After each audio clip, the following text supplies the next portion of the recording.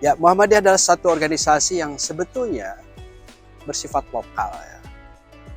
Didirikan dari sebuah perkampungan kauman tahun 1912 yang tentunya prosesnya cukup panjang sebelum ke tahun itu ya, oleh Kiai Haji Ahmad Dahlan beserta beberapa muridnya ya, dengan gagasan yang sangat luar biasa dan genuine sehingga banyak mendapatkan respons dari kaum muslimin dari berbagai daerah yang lain. Apa gagasan genuine itu?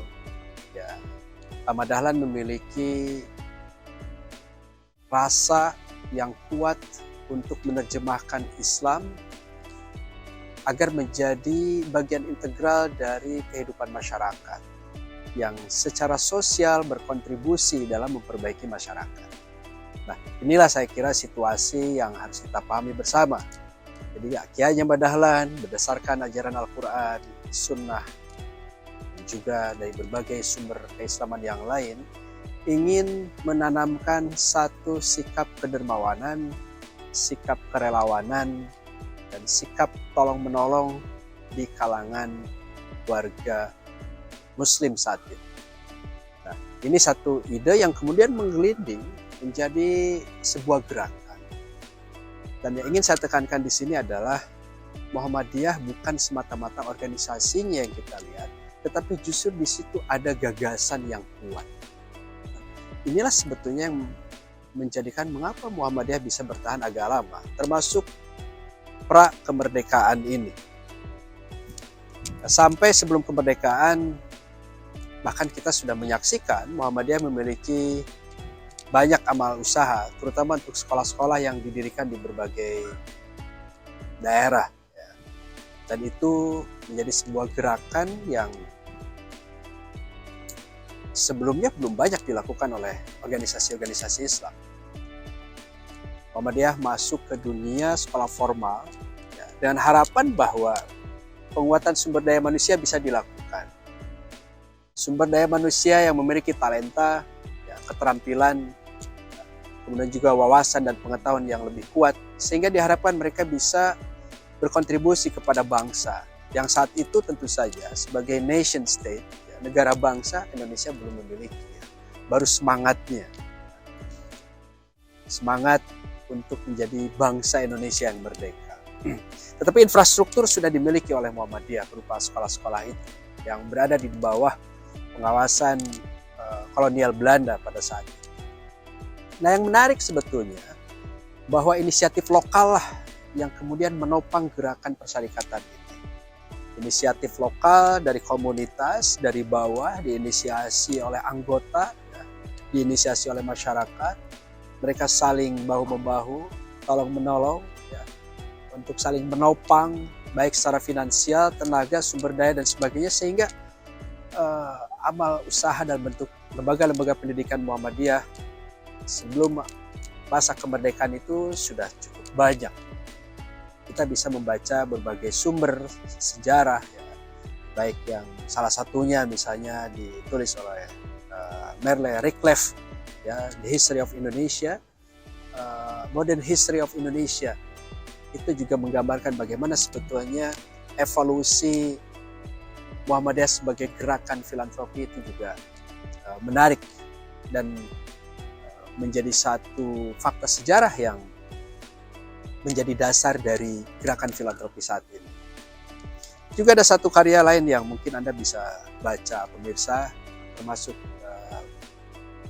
satu buku yang ditulis oleh Profesor Amelia Fauzia yang juga mengulas bagaimana sebetulnya gerakan filantropi itu sudah cukup kuat dan sistematis, ya, dilakukan oleh Persyarikatan Muhammadiyah sebelum masa kemerdekaan. Nah, tentu ini satu kontribusi gagasan yang patut kita hargai. Kenapa? Karena bukan hanya gagasan itu memiliki nuansa yang genuine, ya, tetapi juga pada saat yang sama bisa bertahan dalam waktu yang jangka panjang dan bahkan berkembang. Oleh karena itu, pasca kemerdekaan, ya, kontribusi Muhammadiyah khususnya di bidang pendidikan, di bidang sosial maupun di bidang kesehatan terus berkembang. Dulu ada yang namanya PKO, ya, penolong kesengsaraan umum, ya, 1918, 1921, 23 itu benih-benihnya sudah mulai tumbuh. Dan kemudian PKU itu berkembang menjadi PKU saat ini, yang kemudian lebih banyak dikenal orang sebagai rumah sakit. Tapi bukan hanya itu, PKU itulah dulu yang sebetulnya mengelola zakat, mengelola infak, mengelola sedekah, mengelola bantuan kemanusiaan. Yang saat ini kita mengenal ada MDMC, Muhammadiyah Disaster Management Center, ada Lazis Muhammadiyah, ada PKO. Itu dulunya adalah embrionya satu, PKO. Jadi PKO itu multifungsi pada saat itu. Nah, ini adalah sebuah formula gerakan filantropi Islam yang cukup genuine pada saat itu dan hingga kini bisa bertahan, sehingga kita bisa menyaksikan perkembangannya saat ini sebagai sebuah gerakan. Nah, poin saya ingin saya tekankan adalah bahwa saya melihat Ahmad Dahlan sebagai seorang figur mampu melakukan sebuah inovasi sosial pada saat itu, termasuk juga murid-muridnya ya. Mereka berinovasi bagaimana menerjemahkan Islam agak berbeda dari yang lain, ya, khususnya di bidang sosial dan pendidikan. Nah, harapannya ya, ke depan tentu saja inovasi-inovasi seperti itulah yang harus dilakukan oleh generasi akan datang.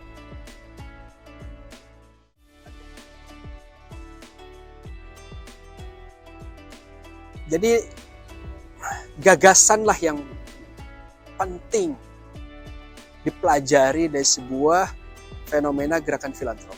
Bukan hanya aktivitas.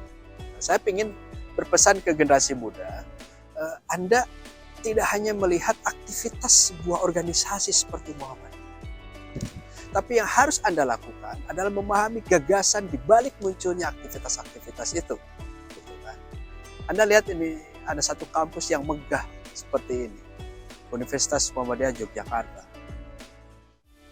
Di Surakarta ada Universitas Muhammadiyah Surakarta, di Malang juga sama, di Jawa Timur, Kalimantan, Sumatera Utara, Aceh dan seterusnya sampai Sulawesi, Papua. Kalau Anda hanya fokus pada aktivitas dan Anda fokus hanya kepada infrastruktur, Anda kehilangan spirit. Justru di balik infrastruktur yang ada itu ada sebuah gagasan besar yang diperjuangkan oleh Ahmad Dahlan yang bertahan hingga saat ini dan tersebar ke seluruh provinsi. Gagasan itu apa? Inovasi, perubahan. Ahmad Dahlan ingin mendorong terbentuknya agents of social change.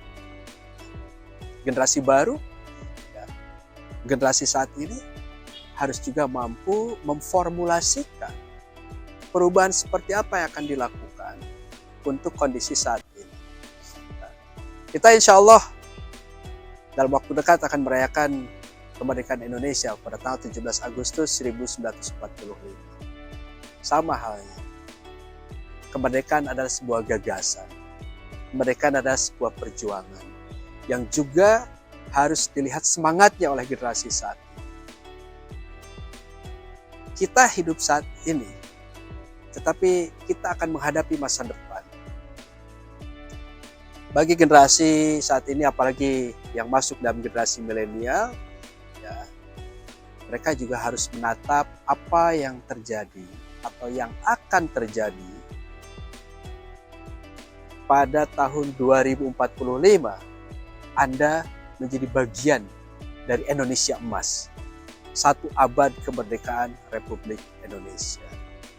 Nah, saya berpesan pada anak-anak muda saat ini, siapkan diri Anda untuk menjadi bagian dan orang-orang yang memiliki peran pada masa Indonesia emas tahun 2045. Dan saya harap Anda juga akan menjadi generasi emas dengan gagasan-gagasan yang sama-sama genuine dan juga mendorong berbagai perubahan di masyarakat. Saya kira itu pesan saya untuk Anda semua. Ya, mudah-mudahan generasi muda saat ini masih memiliki rasa dan semangat untuk menjaga kemerdekaan Republik Indonesia. Saya Hilman Latif dosen Universitas Muhammadiyah Yogyakarta.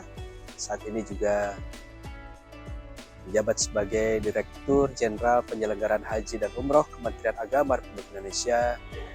Ingin mengucapkan dirgahayu kemerdekaan Republik Indonesia yang ke-77.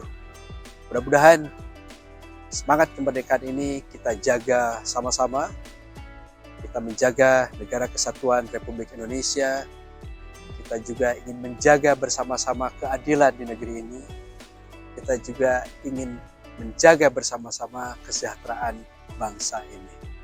Mudah-mudahan kemerdekaan Indonesia yang ke-77 ini menjadi tahapan yang baik bagi kita untuk menyambut kemerdekaan Indonesia 1 abad yang akan datang. Terima kasih. Selamat bagi semua pendengar radiomu, dan mudah-mudahan Anda menjadi bagian dari orang-orang yang menjaga negeri. Ingat, Radio Muhammadiyah dari Muhammadiyah untuk semua. Terima kasih. Assalamualaikum warahmatullahi wabarakatuh.